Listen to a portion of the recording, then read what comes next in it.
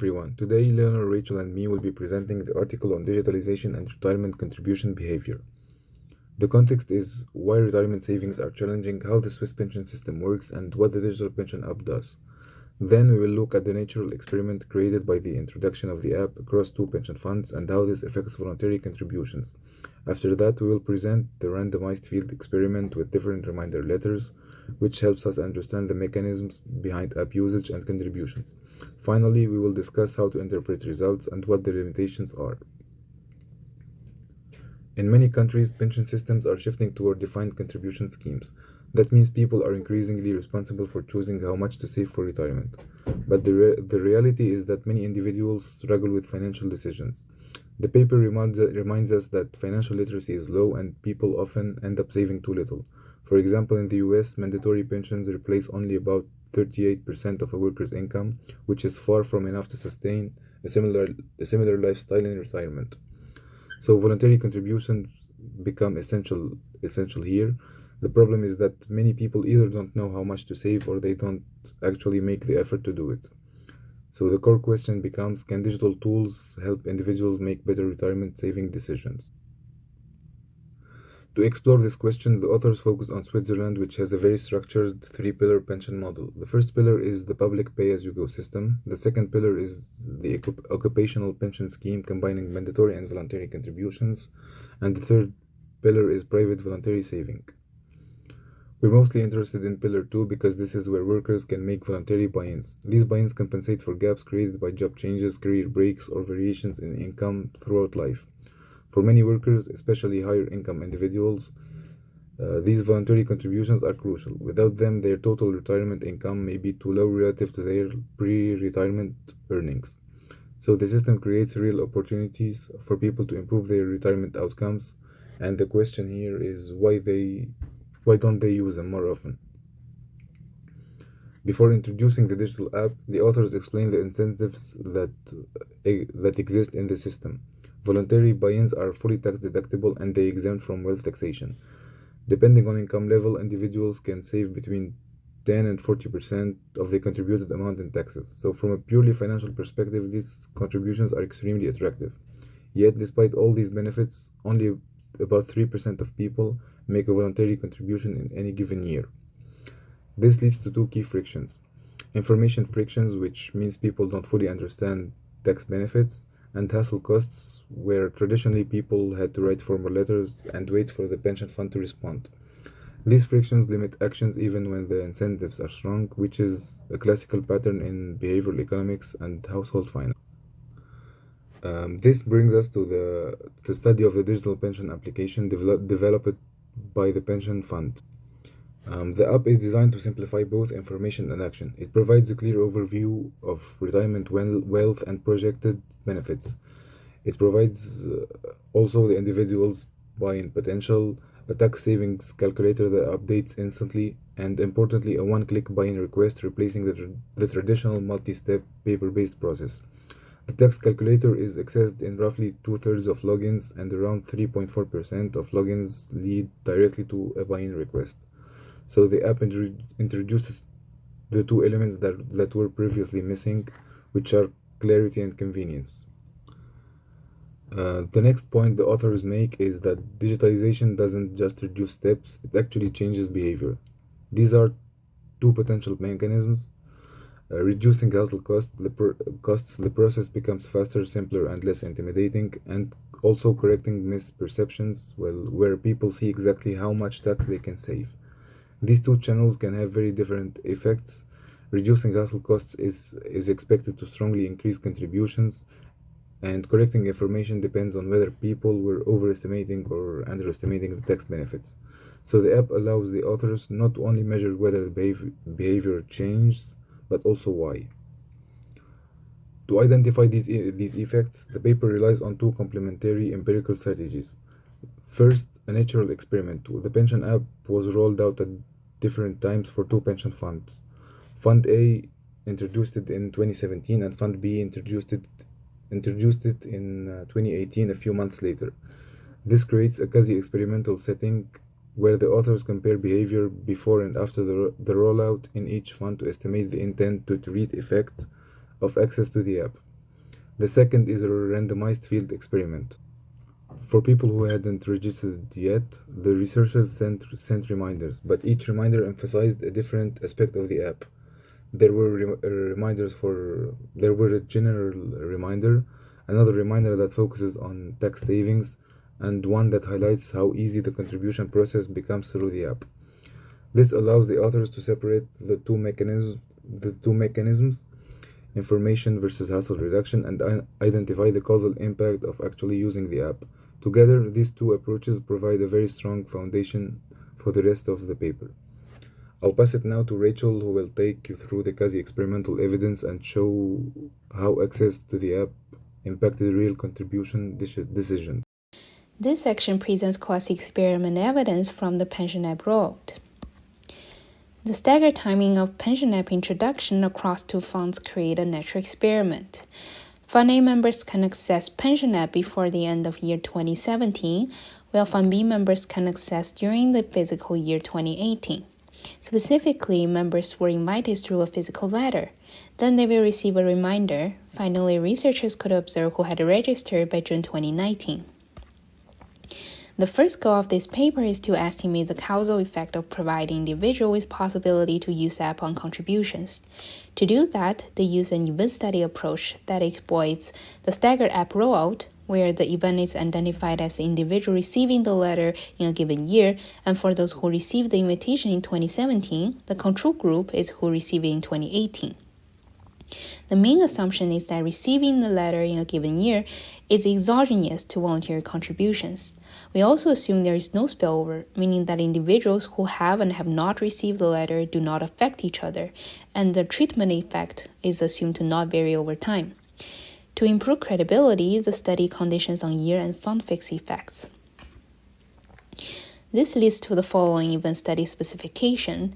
The dependent variable y is simply the individual contribution behavior in a given fund and year. It can either be the contribution rate or contribution amount. The key part of this equation is the event time dummies, APT. This indicator tells us exactly how many years before or after the year of receiving the letter. For example, if someone is at 2 years before the invitation letter, the dummy for E being 2 equals 1. If we are in the exact invitation year, the dummy for E being 0 equals 1. The baseline is even -1, which is a year right before the app was introduced. Therefore, each coefficient beta actually tells us how contribution behaves in the year E compared to the year just before the app was introduced. We also include dummy variables for fund A and year, as well as individual characteristic controls. Now let's look at some quasi-experimental results. To have some insights about the change in contribution behavior around the time when app was introduced, the paper started by estimating the previous equation separately for Fund A and B, using a probit model where the dependent variable is simply the probability to make a voluntary contribution.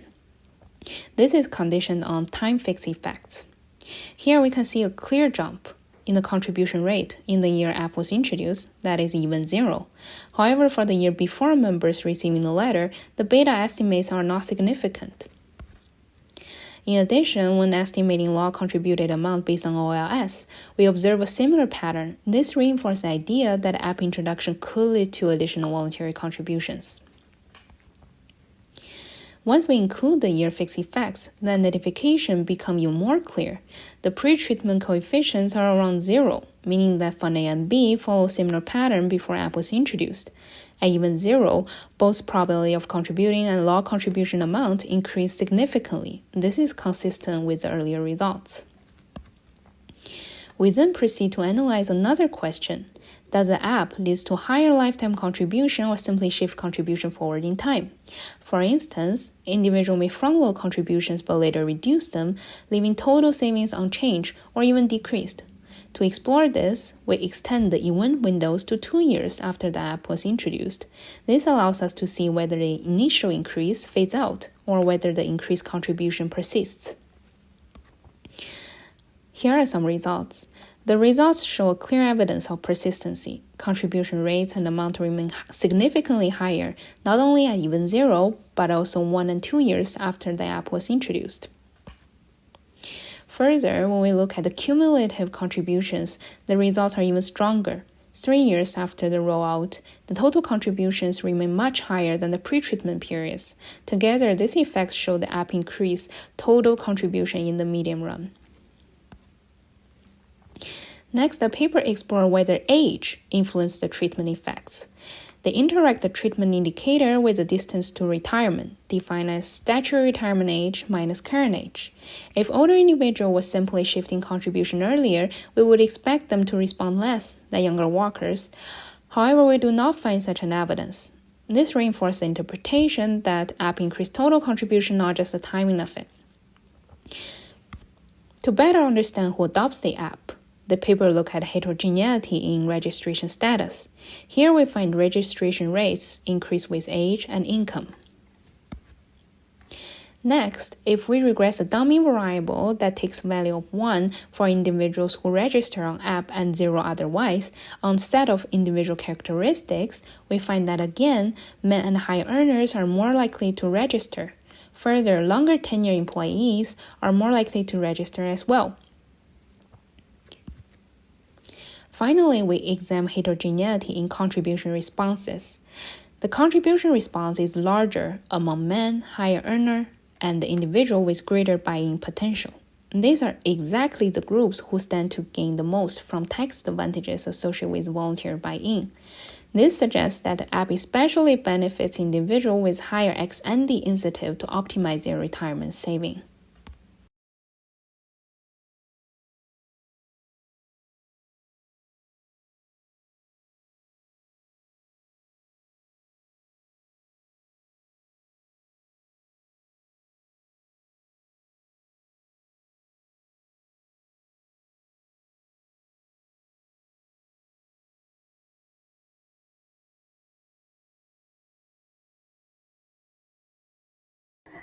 Up to this point, the natural experiment showed that access to the app increased contributions, but we were left with two problems. First, there is a selection bias issue. We don't know whether the app increased contributions or either people who were already financially savvy were simply more likely to download it in the first place. And second, we didn't know the mechanism behind the increase. Was it because people learned about tax savings, or was it simply that the app made the process easier by reducing hassle? To answer these questions, the authors ran a randomized control trial. So here's how the field experiment was set up. The researchers targeted almost 4,000 individuals who hadn't registered for the app yet and randomly assigned them to four groups. The control group received nothing, and the three treatment groups all received a reminder letter. But the important part is that each letter emphasized something different. So, treatment 2 highlighted the tax saving calculator, which tests either giving people better information changes their behavior or not, and treatment 3 highlighted how simple the contributions process could become if you use the app. This tests the idea that reducing hassle or transaction cost is what really matters. So let's look at the intent to treat results. First, on app registration, receiving any reminder letter doubled the registration rate from about 7% to roughly 14%. Interestingly, it didn't matter which letter people received, just being reminded was enough to get them to sign up. But when we look at the actual money contributed, the picture changes. So the text nudge had zero effects on contributions, and the only letter that actually worked was the hassle nudge, the treatment tree one. So, which increased the probability of contributing by about 1 percentage point and raised the amount contributed by around 10%. Next, the authors estimated the LATE, the local average treatment effect. This tells us the casual effect of using the app, especially for the people who register because they were nudged, so the compliers. For these individuals, the effect is very large. So, using the app increased the probability of making a contribution by 13.6% points and increased the amount contributed by around 138%, which is roughly 750 francs. This confirms that the app is a highly effective tool when people actually use it. So, what mechanism is driving the effect? Figure 6 makes it clear.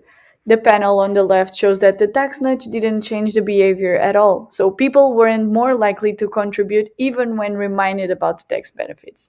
But the panel on the right shows that the entire effect comes from the hassle nudge, which emphasized the convenience. These tell us that the misperceived tax incentives are not the main barrier at all, so the real friction is administrative, what the authors call sludge. So the small but meaningful transaction costs that stop people from taking action. And what does this mean in practice? For individuals, it shows that even when the financial rewards are large, people often fail to act because the process feels complicated or annoying. So digital tools help not by providing more information, but by removing these barriers and making the execution more simple. For policymakers and the financial industry, this study highlights how powerful low cost interventions can be. So, a basic reminder letter combined with a simple digital tool can lead to a substantial increase in retirement savings. But of course, there are some limitations. The first is the saving versus shifting issue.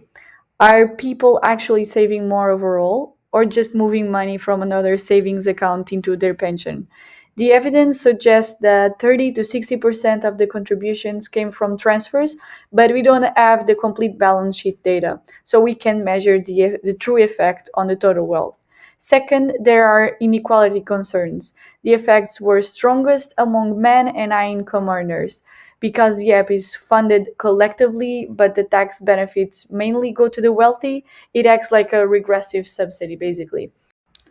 Finally, the results came from Switzerland, a high trust environment with specific pension rules, and so these findings may not fully generalize to other countries.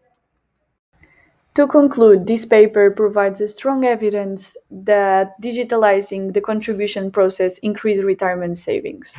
The natural experiment showed a 1.8 percentage point increase, and the field experiment revealed that among active users, contributions could rise by as much as 13.6 percentage points.